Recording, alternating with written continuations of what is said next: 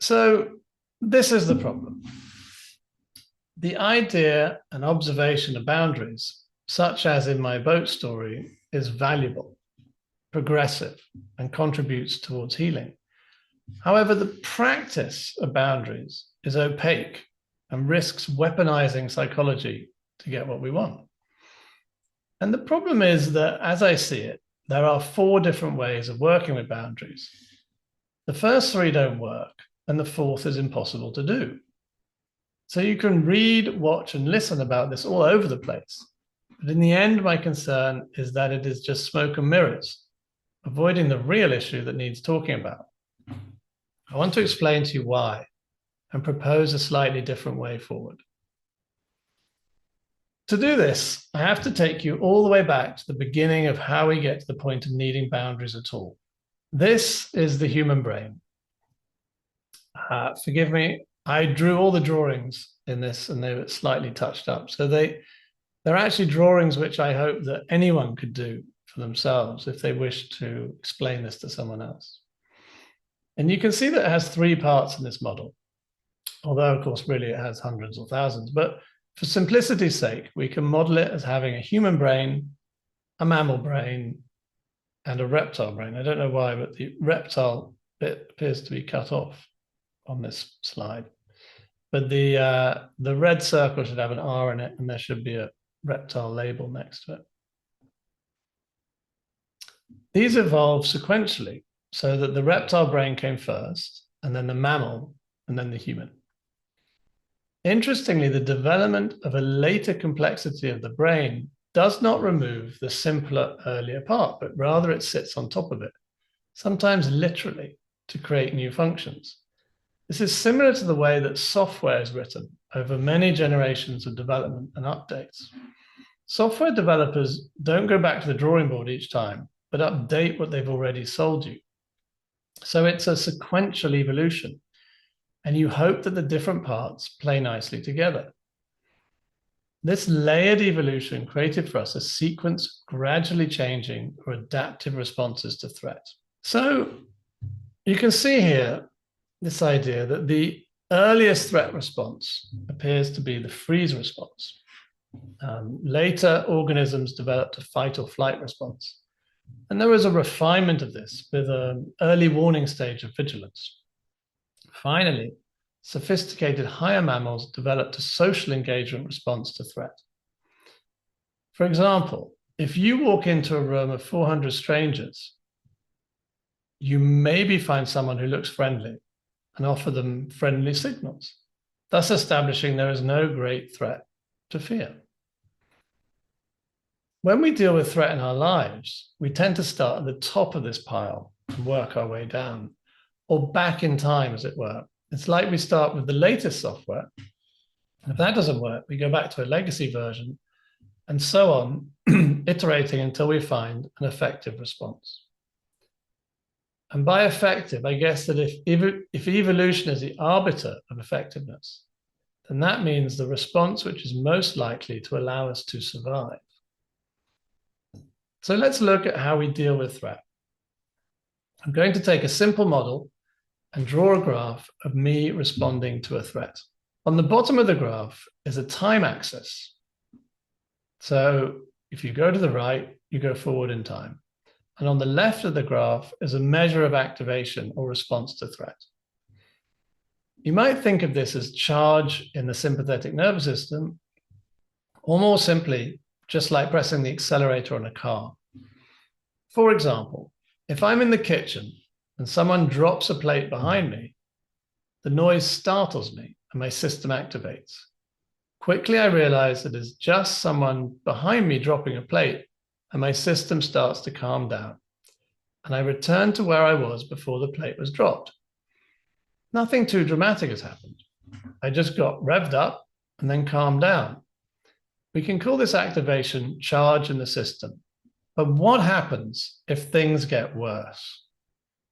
What happens if it's not a benign act, like a plate drop during the washing out, but a smashed window forced open by an intruder who is stronger than me, and then I might be trapped? So can I keep this escalation or acceleration up indefinitely? I think not. like any car, there comes a point where you just can't go any faster or try any harder. And we can think about this as a red line. Once you hit that red line, we've already gone through vigilance and we've been unable to succeed with fight or flight. All that's left is freeze. So simply modeled, we stop trying to mobilize our response to threat. There appears to be no activation left in the system at all as we've gone back in time through the evolutionary gears. So it looks like this from the outside, but it's not quite accurate because although there might be no movement in the middle, it's not true that there's no charge. In fact, quite the opposite. The system is so charged up that it's crashed completely. So if we add something to the drawing, even when it appears to be at rest, it look a bit like this. And I'm not good at drawing in 3 dimensions. So I chose to just put blobs on the graph, which I hope will do. The system is at rest, but it's also primed and ready to explode, which eventually it does, to get back on track with the full arc of the threat response if I survive the overwhelming threat in the middle. And this completes what we might call a whole threat cycle. So let's look at it in the context of a narrative. I like to use the classic story of a gazelle being chased by a lion. Here is the lion.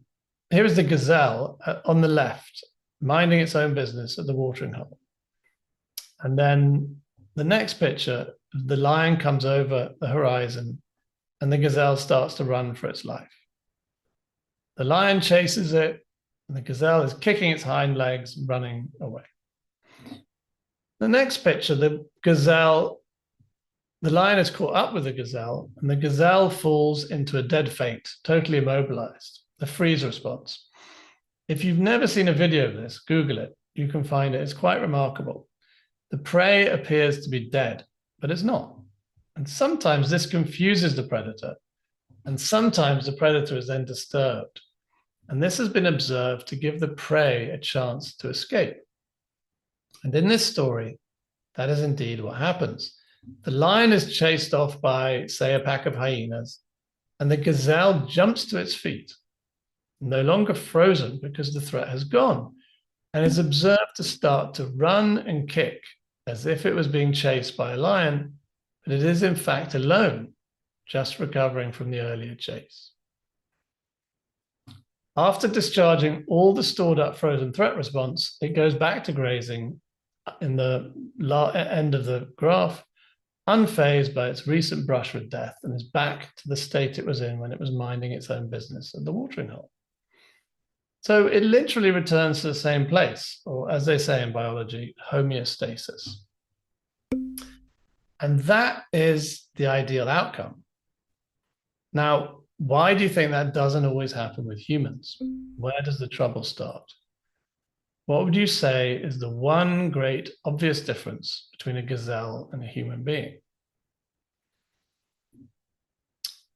I think it's interesting that if you take the very first story in the Bible, it seems to be that everything was going great for the planet, its animals and biology, until humans unfortunately became self-aware.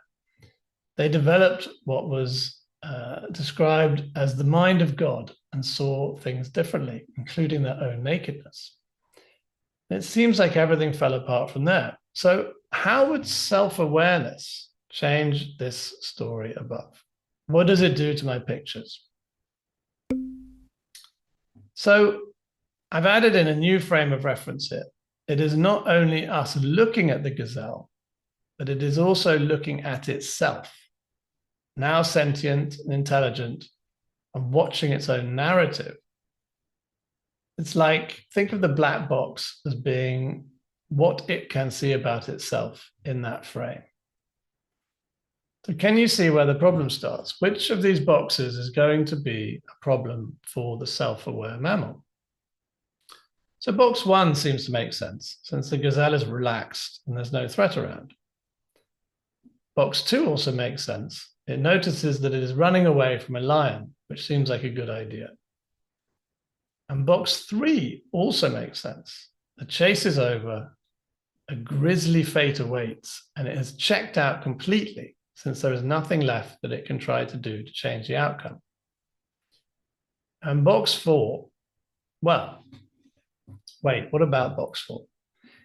In this part of the story, the gazelle is again running for its life and fighting off a predator, but there's no predator to be seen.